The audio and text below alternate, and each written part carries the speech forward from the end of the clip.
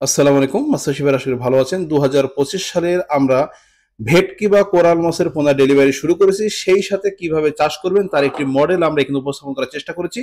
আজকের আমরা যে ভিডিওটা দেখাচ্ছি এটা সাতক্ষীরা জেলার আশাশুনি উপজেলাতে।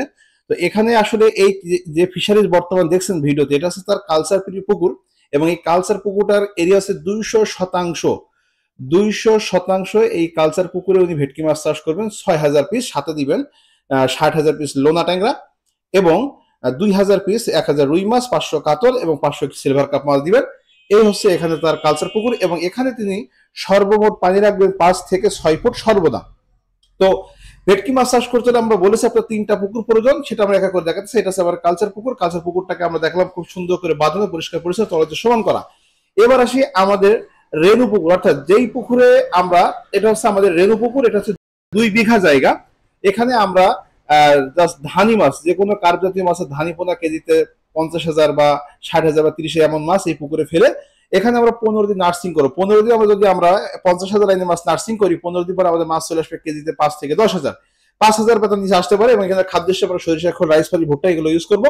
এবং এখান থেকে যদি কোনো আমি পোনাটা আমাদের জাস্ট মূলত ভেটকি মাছের সমস্যা হচ্ছে খাদ্য, আর এই খাদ্য সংকটের জন্য কিন্তু আমাদের বেশি বেশি করে পোনা তৈরি করতে হবে এবং ওই ধানি পোনাটাকে আমরা যখন ৫,০০০ লাইন চলে আসবো তখন আমরা নিয়ে আসবো আমাদের নার্সিং পুকুরে। এই নার্সিং পুকুরের এরিয়া কিন্তু ২ একর বা ৬ বিঘা। তো এখানে আমরা কিন্তু এই মাছটাকে যখন আমাদের মাছ ৫০০ লাইন অথবা ১,০০০ লাইনে চলে আসবে তখন কিন্তু আমরা এই মাছটাকে এখান থেকে ধরে পাশের ফিশারিজ অর্থাৎ ভেটকি কাঁচার পুকুরে খাদ্য হিসেবে সরবরাহ করবো। তো খামারে বলতেছে আপনারা ভেটকি মাছ চাষ করতেছে, আপনার ৩টা পুকুর প্রয়োজন। একটা হচ্ছে ভেটকি চাষের পুকুর, একটা হচ্ছে রেণু বা ধানি নার্সিং পুকুর এবং একটা পোনা নার্সিং পুকুর।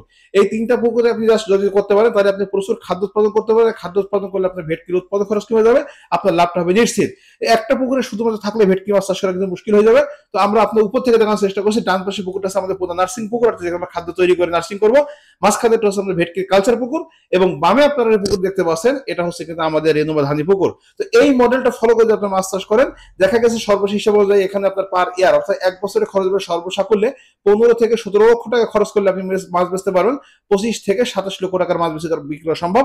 এই তথ্য পরামর্শের জন্য আজ যোগাযোগ করবেন এবং আমরা কিন্তু ভেটকি মাছ সর্ব করছি। যারা অপেক্ষা আছেন তারা আজই আপনার পণ্যটা সংগ্রহ করবেন আমাদের কাছ থেকে।